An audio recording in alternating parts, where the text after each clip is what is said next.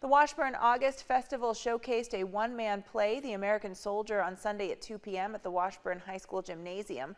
The American Soldier is a 90-minute one-man play based on actual letters from veterans and their families. The American Soldier writer and actor Douglas Taurel says he wrote this play over 10 years ago. He explained he was in the World Trade Towers during the 9/11 attacks and says this inspired him to tell the story about all the men and women who were serving.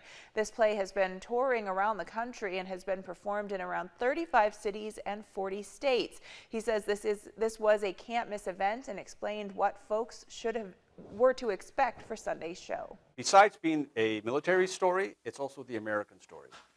It's the story of a nation who constantly is willing to stand up and fight for what is right. It's a story of our history, how complex it is, how rich it is, and it's an important story to remind people that the freedoms that we have today are based on the service and sacrifice of the men and women who've worn the uniform and who've served in war and served in combat. And it's an important story for us to understand that the freedoms that we enjoy in our life is based on the sacrifices from the veterans and their families members. Taurel acted as 14 different characters throughout the play. This play has been nominated for an Amnesty International Award, which is given for theater excellence, and has been featured on websites such as the Washington Post, the Military Times, and DC Metro.